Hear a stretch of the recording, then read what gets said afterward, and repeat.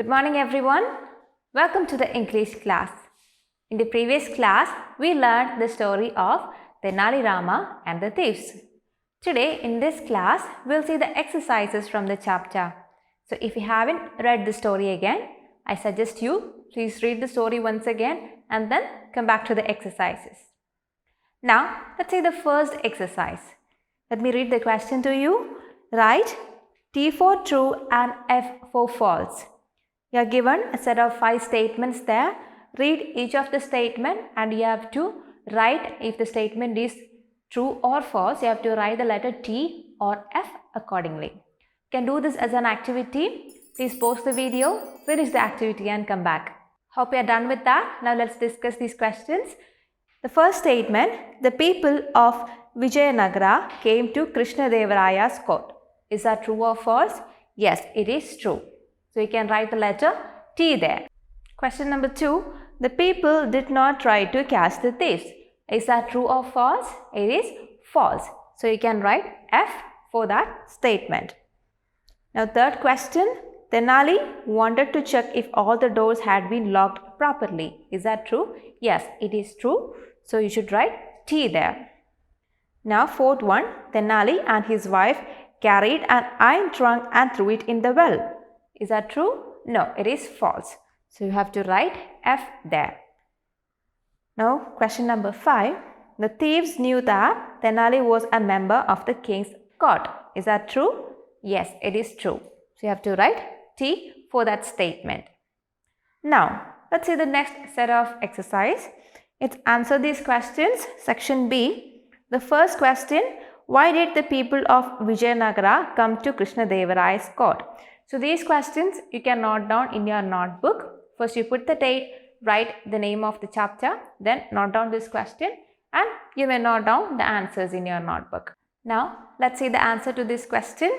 The people of Vijayanagara came to Krishnadevaraya's court to tell him that they were troubled by the thefts that were taking place in the city. They had tried but were unable to catch the thieves who looted all the valuable items from their homes. Let's see the next question. Question number 2.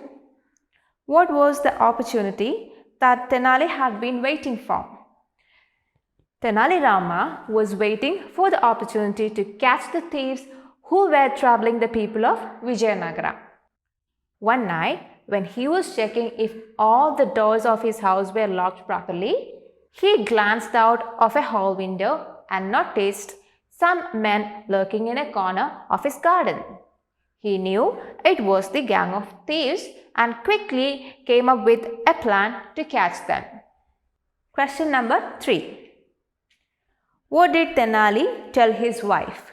Why did he speak in a loud voice? Tenali Rama told his wife that since there were thefts in the city, he had thought of a way to keep his valuables safe. He had put all their jewels in a box. He asked her to help him carry the box to the well behind their home and throw it in the well to keep the jewels safe. He spoke in a loud voice so that the thieves could hear him and fall for his trick to catch them. Clear? Now, the fourth question. Did Thenali's plan work? Yes, Thenali's plan worked. The thieves were happy at this easy chance and started drawing water from the well to get the box. Early in the morning, Thenali quietly came to the well and caught the thieves trying to get the box. Clear? Now, the fifth question. What did Thenali ask the thieves to do when they were caught? Thenali asked the thieves to promise him that they would never steal or rob anyone ever again. Now, the next section is the vocabulary section and it's about suffixes. What do you mean by a suffix? A suffix is a letter or group of letters which are added to the ending of a word to change its meaning or function. Like these examples. See, you see a suffix here, NESS. If you add that to the ending of the word great, it becomes greatness. If you add the suffix er to the word help, it becomes helper. If you add the suffix ion to the word celebrate, it becomes celebration. So, a suffix is a letter or group of letters which are added to the ending of words to change their meaning or function. Hope this is clear to you. Now, with this in mind, let's move on to the next exercise, vocabulary. Let me read the question to you. Add the suffixes ness, ity or tion to these words to form abstract nouns. You may have to change the spellings of some words. One has been done for you. So one example is already given there. The first one, kind.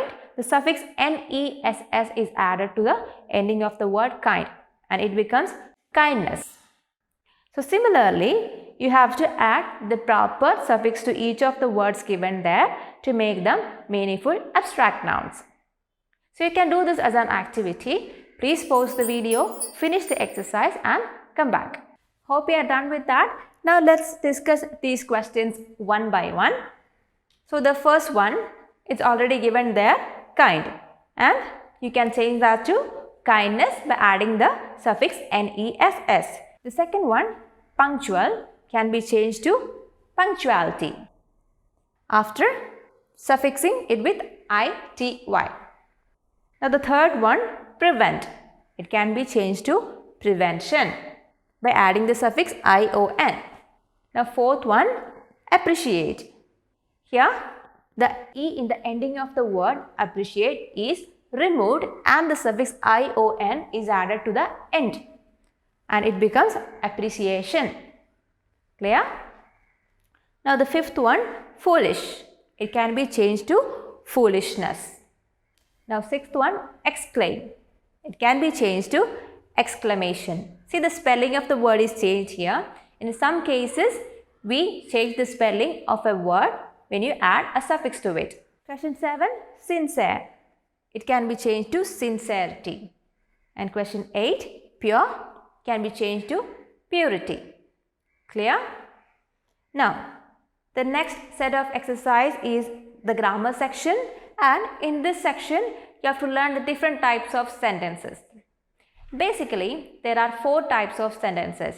They are declarative sentences, interrogative sentences, imperative sentences and exclamatory sentences. Let's see each of these in detail. Now, the first type, declarative sentences. These sentences, they make a statement or tell us something. For example, the sentences, the boy walked home. I love honey. These sentences tell us something or they are just statements. Such sentences are called declarative sentences. The next type, interrogative sentences. So these sentences are used to ask a question, or such sentences ask us something. Like when you say, what is your name? You're being asked something. Whose dog is that? So these are questions. Something is being asked. So such sentences are called interrogative sentences. Now, the next type, imperative sentences. These sentences are used to give a command. For example, when you say, please shut the door or turn left at the bridge. These are sentences that shows a command thing. So, such sentences are called imperative sentences. Now, the fourth type of sentence, exclamatory sentences. Exclamatory sentences are used to express a strong emotion or a surprise, and they usually contain an exclamation mark like this one. So here you can see a couple of examples of exclamatory sentences. What a beautiful house! There you see an exclamation mark. Alas, the parrot is dead. You can see the exclamation mark after the word alas. So, these are examples of exclamatory sentences. With these things in mind, let's work out the next exercise. Let me read out the question to you. Rearrange each group of words to make sentences. Punctuate as necessary, then mention the type: declarative, interrogative, exclamatory or imperative. See, you are given a set of questions there. These sentences are arranged incorrectly. You have to rearrange the words correctly and use the correct punctuation to make them meaningful. And also, you have to mention what type of sentence it is. You can do this as an activity now. Please pause the video, finish it and come back. Hope you are done with that. Now let's discuss each of the questions one by one. The first question, how can we rearrange it to make it meaningful? We can write, we must leave now. And it is an imperative sentence. The second one, how can we write that correctly? Please hurry up with an exclamation. So, it's an exclamatory sentence. The third one, train will we miss the. How can we rearrange it to make it meaningful? We will miss the train. And it's a declarative sentence. Now, it can also be written like, we will miss the train with an exclamation mark, so that it becomes an exclamatory sentence. Now, the fourth question, how can we rearrange it properly? How long will you take? It's a question, so it's an interrogative sentence. Now, the next question, which is in page number 34, the fifth one, it can be rearranged in different ways. It can either be, the roti was hot, which is a declarative sentence. Was the roti hot? With a question mark, it becomes an interrogative sentence. And if it is written like, the roti was hot, with an exclamation mark, it becomes an exclamatory sentence. Clear? Now, the sixth question, hold the bag carefully. If you write it like that, it becomes an imperative sentence. Now, the seventh one, it can also be rearranged in different ways. It can either be, they won the contest, which is a declarative sentence, or they won the contest with an exclamation mark, so that it becomes an exclamatory sentence. Now, eighth one, we saw the most beautiful sunset. That is a declarative sentence. Hope you got all these correct. Now, let's move on to the next set of exercise. It's about continuous tenses, the present continuous tense, past continuous tense and future continuous tense. In section B, let me read the question to you. Rewrite these sentences in the present continuous tense. One has been done for you. So, this is about changing the given sentence to present continuous tense. So, when do we use present continuous tense? To describe an ongoing action that is happening at the moment or happening right now, or an action that will happen in the near future. And what is the general format for writing a present continuous tense? It is the subject plus am or is or are plus the ing form of the verb plus the object. Now, one question is already given there as an example. She works very hard. And it is changed to she is working very hard. The verb there was work and the present continuous form of work is working. Since the subject is she, the present continuous form of the verb work will be she is working. Hence the sentence she is working very hard. So similarly, you can complete the rest of the sentences given here. Do this as an activity now. Please pause the video, finish it and come back. Hope you are done with that. Now let's discuss these questions. The second one, my sister studies in class 8, which can be changed into present continuous tense as my sister is studying in class 8. So, studies in class 8 changes to is studying in class 8. The third one, Janvi speaks very loudly, which can be changed to Janvi is speaking very loudly. Now, fourth one, they play basketball in the school ground. They are playing basketball in the school ground. Now, fifth question, he takes his dog for a walk. He is taking his dog for a walk. Now, sixth one, the baby sleeps in its crib. The baby is sleeping in its crib. Now, seventh one, she makes lovely dresses. She is making lovely dresses. Eighth one, he writes a letter to his friend. He is writing a letter to his friend. Hope you got all the answers correct. Now the next section of exercise is section C. Fill in the blanks with the past continuous form of the words given in brackets. So this one is about changing the given verb to past continuous form. So when do we use past continuous tense? To describe an ongoing past action which was interrupted at a specific moment, or to describe two actions that were happening in the past at the same time.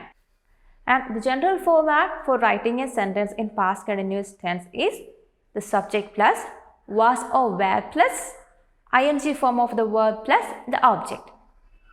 So you can do this as an activity. Please go through the question and complete the passage.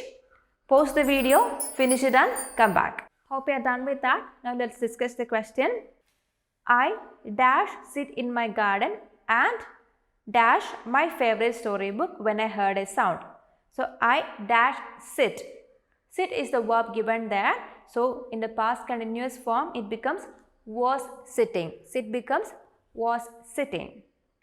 I was sitting in my garden and read. Read becomes reading. Was reading. So I was sitting in my garden and reading my favorite storybook when I heard a sound. When I looked on my right, I saw a snake that dash crawled towards me. So crawl is the verb given there and it should be changed to was crawling. When I looked on my right, I saw a snake that was crawling towards me. It dash move. It was moving very slowly, but I was so scared that I could not run. Fortunately, I saw the gardener who dash dig, who was digging the flower bed. I shouted and he came to help me. He asked me what had happened. My voice dash shake. My voice was shaking and I could hardly speak. I pointed towards the spot to where I had seen the snake, but now there was nothing. So I hope you understood this exercise and you got all the answers correct. Now the next section is complete the sentences with the future continuous form of the verbs given. So we use the future continuous tense to indicate something that will happen in the future and will continue for an expected length of time. And what is the general format for a sentence in future continuous tense? It is the subject plus will be plus the ing form of the verb plus the object. So you do this as an activity now. Please pause the video, finish it and come back. Hope you are done with that exercise. Now let's discuss the answers. The first one, they dash make preparations. The verb given there is make, which has to be changed to will be making. So the sentence is they will be making preparations for the guests who will arrive in the evening. The second one, he will be singing my favorite song at the concert. The third one, I will be going to school tomorrow. Fourth one, I will be playing football with my friends in the evening. Fifth one, he will be joining karate classes during the holidays. Hope you are clear with these questions and you got all the answers correct. Now the next section is the speaking exercise and it's about polite conversation. When you are talking to someone, you have to make sure that you are talking to them politely. It's a way of showing respect. We should respect everyone. So here you are asked to take turns and role play the given situations. So this is an exercise which will help you to practice polite conversation, how to speak to others politely, and you are given some situations here. The first one, the student sitting in front of you has a habit of getting up every time he or she cannot see what is written on the blackboard. This distracts you. How will you request him or her to stop doing this? So how can you request someone in this case? How would you request them politely? You can say like, excuse me, will you please stop getting up so often? to see the blackboard. It is very distracting and I cannot concentrate on my work. You have to say, excuse me, and then you have to make the request in a polite tone. Now, the second case. You have misplaced a book. You need to request your partner to share his or her book with you. Suppose you misplaced a book and you are requesting your elbow partner, the one sitting next to you, about sharing his or her book with you. How would you make a polite request? Could you please share your book with me? I have misplaced mine. I have looked everywhere but can't find it. You can ask them politely like this. You can practice these conversations with your siblings or your family for the time being. Now, the third scenario, you need to borrow an eraser during an examination. How would you request it to someone? You can say like, sorry to disturb you, because the other person is writing the exam. So if you ask something in between, it might be a disturbance to them. So you can politely ask, sorry to disturb you, may I please borrow your eraser? Clear? Now the fourth one. The fourth scenario, you are late and need your teacher's permission to enter the classroom. How would you request the teacher? I'm so sorry for being late, ma'am. May I please enter the class? Clear? Now, the next section is the writing exercise. You can see this question in page number 36 and it's about diary entry. Have you ever written a diary? See, when you write a diary, you can put the date of that particular day and then you can write about anything that happened on that day. It will be a memory so that after a few years, maybe after a few days or months, when you read it again, it will be a beautiful walk down the memory lane. So let me read the question to you. Imagine you are Tenali Rama. You have forgiven the thieves and sent them away. Later in court, you told Krishnadevaraya about what had happened and how you taught the thieves a lesson. The king praised you for your wit and kindness. Write a diary entry describing how you felt. So you have to imagine this situation that you are Tenali Rama and you have forgiven the thieves that you had caught and you sent them away. And later in court, you told Krishnadevaraya about the incident and how you taught the thieves a lesson. The king praises your wit and kindness and then you have to narrate this incident as a diary entry and you can write this diary entry in the space provided in the workbook. This one you can do as a homework. So after you have written it, you can take a picture and send it through Teams. First you put the date and finish the diary entry. So that's all for today, children. We have come to the end of this chapter. Hope you are thorough with the lesson and the exercises. So we'll meet in the next class with a new chapter. Till then, bye.